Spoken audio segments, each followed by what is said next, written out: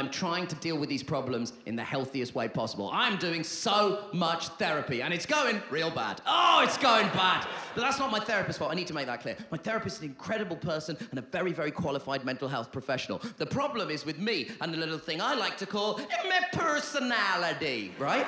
My personality, the problem with it is that I'm an incredibly unfortunate combination of unbelievably anxious, but also phenomenally arrogant. So, this is how my therapy process goes. She, a mental health professional with decades of experience, will say something to me. Out loud, I'll say, but in my head, I'll think, I don't think that's true. Then, a month later, something will happen, and I'll think, oh yeah, she was right! What a pro! Everything that's wrong in the way that I interact with my mental health journey can be found in events that take place between the end of January and the start of March last year. So, at the end of January, she diagnoses me after about 4 years of working together with a generalised anxiety disorder. The next week, I come back to therapy and say the one sentence I imagine medical professionals must dread hearing the most from their patients: I have done some of my own research. And I said, I've actually come to the conclusion that it's good to have a bit of an anxiety disorder because it keeps you aware of your immediate surroundings and the threats that might be contained in your vicinity. And she said, you have no understanding of the basics of this condition. What you are describing is a spidey sense from Spider-Man. And she said, anxiety is not about being aware of the threats in your vicinity. It's being worried about things that have happened or will happen. If anything, it keeps you more vulnerable in the moment because you're never present in your body because you're worrying about things that have happened or will happen. And out loud, I said, and in my head, I thought, I don't think that's true. Then, 5 weeks later, at the start of March, I found myself off to New York for work. I land at JFK Airport, I get a taxi back to my friend's flat where I'm staying, I get out of the taxi, I speak to my girlfriend for 10 minutes, and at the end of those 10 minutes, I say, okay, I better go inside and hang up the phone. As I hang up the phone, that is the moment that it occurs to me that I have left my fucking passport on the seat of the cab, a cab that has long since disappeared into the New York night. Now, if my anxiety was keeping me aware of the threats in my vicinity, surely it would have been aware that the most crucial document in my possession was on the seat next to me where I placed it, unbelievably, for safekeeping. But in reality, I was somewhat distracted, being very worried about a faux pas I'd made at a drinks event in 2011. So I was not, shall we say, in my body. Unfortunately, the passport has gone. The Grammar fans in the crowd will know that means it's become something that has happened. Therefore, it comes back into anxiety's purview, and I start doing what everyone with an anxiety disorder in this room does, which is vibrate with rage, and then immediately start beating the shit out of myself. At one point, I said to my own reflection, what's the point of you? Which I think we can all agree is an unhelpful overreaction. Then I thought, okay, I'm on my own in this apartment, I'm freaking out, I just need voices in the room. Let me just hit play on whatever the next podcast is on my podcast app. Unfortunately, the next podcast on my podcast app was an hour-and-a-half long interview with John Oliver. And at one point, I sincerely thought, I bet John Oliver never loses his passport. And as if that wasn't insane enough, the next thing I thought was, and this is why you'll never have his career. That's not why I'm not going to have John Oliver's career. I'm pretty sure John, a man who I've met once and have now immediately jumped to first-name terms with without consultation, has his career because of hard work and talent, not based on his ability to retain documents. I'm pretty sure that once a year, John Oliver is just walking down the road and someone jumps out and says, hey, Oliver, where's your passport? And he says, right here. And they go, wow, have another Emmy. I'm pretty sure that's not how, I don't know, but I'm pretty sure. So, the next day, I get up. My girlfriend, much calmer head in these kinds of situations, has found a UK consulate in New York who can issue me with a temporary passport. I'm going to have to go home immediately and lose a month's worth of work, but I am going to be able to get home. Now, I swing open the front door of that block of flats, and what greets me in the street is little short of a miracle, because stood directly in front of me is the taxi driver from the night before, and he is holding in his hands my fucking passport. Listen, if you're applauding that, wait until you hear what he did, okay? So this guy drops me off on the Lower East Side of Manhattan. I'm his last fare of the night. He drives an hour and a half back to where he lives in Jersey. When he finishes that journey, he does what he does at the end of every shift, which is clean his cab. He then finds my passport and doesn't do what any of us, including me, would have done under the circumstances, which is think, fucking hell, I'll deal with that in the morning. He got back in his taxi, drove back to where he had dropped me off, slept in his fucking car for 2 hours, and then waited for me in the street for 45 minutes. His name was Prince. To me, he will always be a king. And when he told me...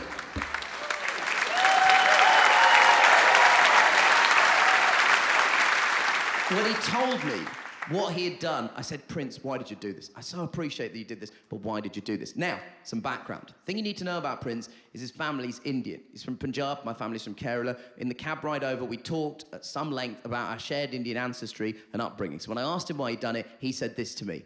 At the end of the day, I thought, I'm Indian, this kid's Indian. I don't want an Indian kid running around New York without a passport. I know how scary that can be. And in that moment, yeah, I realized something genuinely profound.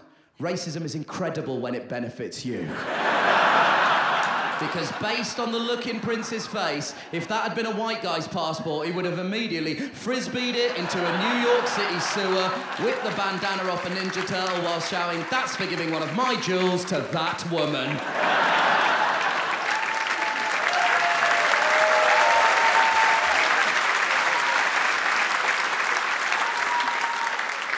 And look, because this really isn't a character, I went on stage that night at a comedy club in New York and retold this story exactly as I've told it to you. Now, at this point, a woman asked a question. I think the only relevant question that's worth asking at this juncture, which is... Did you pay him? Yeah, absolutely. Thank you for asking that question. It is correct. Also, thank you for not asking the question 10 separate people have asked, which is, do you have ADHD? I know you fucking cunts have been sat there thinking that this entire story. The first time someone said it to me, I thought, rude. Then, at the 10th time, I thought, I should look into this. I said to my therapist, do you think I have ADHD, or do you think everyone thinks everyone has ADHD now because of the internet? Do you know what she said? Yes to both. And when I said why, she said, because I sent you a referral to an ADHD specialist a month ago and you still haven't replied to the email. So thank you for asking that question. And thank you for not asking the question a man in Raleigh, North Carolina asked me, which was, which Ninja Turtle? That motherfucker definitely has ADHD. Also, of course, it was Leonardo. It's the funniest if it's Leonardo. So anyway, listen, well, I did give him money. I gave him $1,000. I went and got it out of a bank. I couldn't even go to an ATM. I had to go into a bank and speak to a fucking human being like it was goddamn 1997. I went into the bank and I said, listen, can I get $1,000 out of my account? Here's my debit card. And the guy said, listen, for that amount, I'm going to need to see some photo ID. I said, no problem, because by that point, my passport was stapled to my fucking hand. I gave him $1,000. Now, let's not be crass about this, but let's be honest about it. You know how much you paid for a ticket. You can see this room is full. So you know it is no skin off my dick to give this guy $1,000. I've never said that before. I can't believe... I can't believe the filming is when I chose to ad-lib no skin off my dick.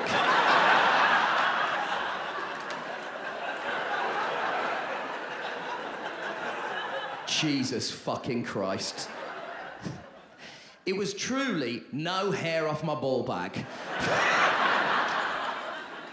Look, you can tell it's fine. You can tell it's fine for me to give this guy $1,000, right? You understand the maths. Now, what I would say is in a random New York City comedy club, there was less of an awareness of my financial situation or wider body of work. So when I announced that I'd given this man $1,000, immediate audible suspicion broke out in the room as people just started loudly saying, how did this man have access at that speed to $1,000 in cash? Is he a sultan? Is he a drug dealer? Is he one of the ones that owns Manchester City? There was huge speculation.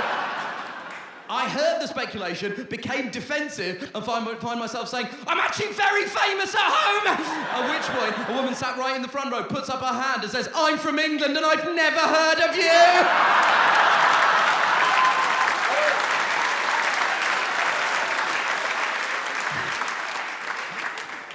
So look, I'm trying to deal with my mental health problems. I'm listening to my therapist, sometimes a month after she tells me things, but I am listening to her. And she and I have been working together for nearly half a decade now. I initially started seeing her because I was behaving weirdly. That turned out to be symptoms of post-traumatic stress disorder due to a period of time where I was receiving death threats and was the subject of hostile articles in the right-wing press in this country because they said I was saying dangerously left-wing things. You know, like racism is bad and women are nice. You know, that sort of dangerously left-wing stuff. We dealt with the PTSD, and now we're just going backwards through the timeline. Christopher Nolaning this motherfucker, Oppenheimering this bitch, hopping around the timeline. We dealt with anxiety. We're going to get to depression. We will get to ADHD when I remember to reply to that email. But one of the first things she said to me was this. I said, listen, I'm having trouble sleeping. That's not an uncommon thing in my life. When there's something going on, I often am unable to sleep. And she said, how much exercise are you doing per week? And I said, because I think exercise is fucking boring, and I think people who talk about it with too much enthusiasm shouldn't be allowed to have children. I really believe that. Okay? Listen, I know that we want to pass on the genes of our healthiest people, but at what cost? The cost of interesting conversation. And I said this to her, and she said, I don't care. I'm not opening a conversation with you about exercise. I'm telling you, you have to exercise for your physical, but also your mental well-being. And I was saying to my friend, how the fuck am I going to exercise? I'm fucking bored of exercise. And he said, why don't you come and play football with us? My friends meet every Tuesday and play football. I said, I love football, but I'm bad at it. He said, we're all comedians. We're all bad at football. So come down. And I started going. And lo and behold, I fucking loved it. For 3 years, I was doing 90 minutes of exercise per week. Now, I know that that is not enough, but that is an on-average increase in my life of 90 minutes a week. Then, in the summer of 2023, I suffered a terrible sporting injury. I broke my little finger. Now, that's not supposed to get a fucking laugh. That's supposed to get, like, a little bit of sympathy from the audience that I then... No, don't patronise me now! It was supposed to get sympathy, and then I throw the sympathy back in the audience's face when they find out the slapstick fucking way I injured myself. Based on how much people like you fucking laughed at just me breaking my finger, when you find out how I did it, you're gonna spontaneously combust in a cloud of jizz. Okay, get ready. We're about to lose audience members because the way I broke my finger was that during a game of football, I sat on my hand.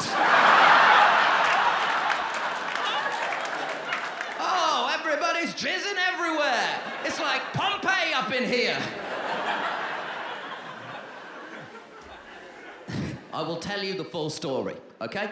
I was playing football and I was in goal. Everyone has to go in goal for 10 minutes. That's how the rules of five-a-side football work. No one likes it, but everyone does it. I'm playing in goal and my friend is bearing down on goal. But he goes to shoot this way, so I start to crouch down. At the last minute, he cuts across the ball, so he goes across my body, and I managed to flip my body weight in the opposite direction and save the shot with this boot. I want it known that I fucking saved the shot, okay? And the reason I want it known is it was the high point of my sporting career that was followed by the low point of my sporting career. Because I've done so little exercise in my life, I think I've got some muscles I've never used. So the speed of me doing this caused me to pull a muscle in my neck. I fell backwards like this, and then landed with my full body weight on my little finger via my arse. I broke my little finger with my own arse, which doesn't even make sense because my arse is thick, juicy, and delicious. However, I didn't realise that I'd broken my finger. This is a public service announcement. You have fewer pain receptors in your fingers and toes than you do in other parts of your body. So if you think you have badly bruised your finger or toe, you have probably broken your finger or toe. Now, I did not realise this, so I was just plastering it up myself and going about my business. 3 days later, I found myself on the set of a television show, and a medic who's there for insurance purposes says, can I help you with anything medical? I say, ooh, yes. Can you tape up my finger properly, because it's badly bruised? She takes one look at my finger and says, that finger is broken. And I said, it's bruised! She said, it's broken. I said, it's bruised! She said, it's broken. Are you noticing a pattern emerging here with me and medical professionals? At one point, I said, listen, I know you're a medical professional, but at the end of the day, you're white, I'm Indian, medicine comes naturally to my people, okay? It occurs naturally in our bloodstream like midichlorians and the Force. And she said, and I don't think this is a textbook-approved phrase, that finger is fucking broken. And I went in search of a second, browner opinion. Unfortunately, one was not available due to the fact that I was in a place called the Isle of Wight, which, if you've not been, is, as the name suggests. They are delivering on being an island of white people to the extent I think is where they make them. Just assembling them in factories with Mumford & Sons blaring out over the PA system so everyone comes out that extra nice crusty white. So I went to see a white doctor on the Isle of Wight who did a white x-ray on my brown hand and said, yeah, that finger is broken. It turns out the medical professional knows more than the man who drank his way to a joint honours degree in history and English literature. But then she said this, listen, when I say it's broken, that's actually a misnomer. What I mean is it's dislocated. Now, this is a good thing because it means it's an easier fix. All I have to do is pull it out and pop it back in again. I said, fantastic, doc, let's get this show on the road. I need to be back on the set of this TV show. The people need entertainment. And she said, do you want any gas or air? And I said, why? I'm not a fucking prego. Because that's the thing about toxic masculinity. It flares up sometimes for no reason. It's like athlete's foot of the very soul.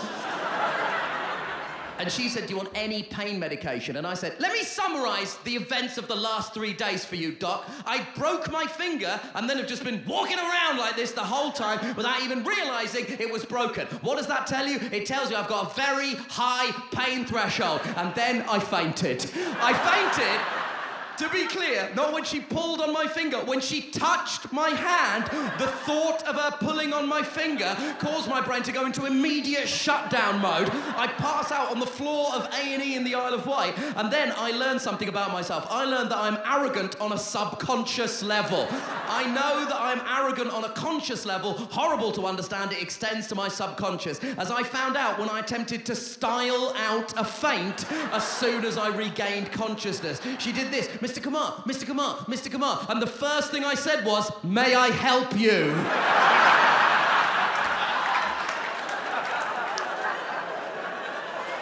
As if she had inconvenienced me.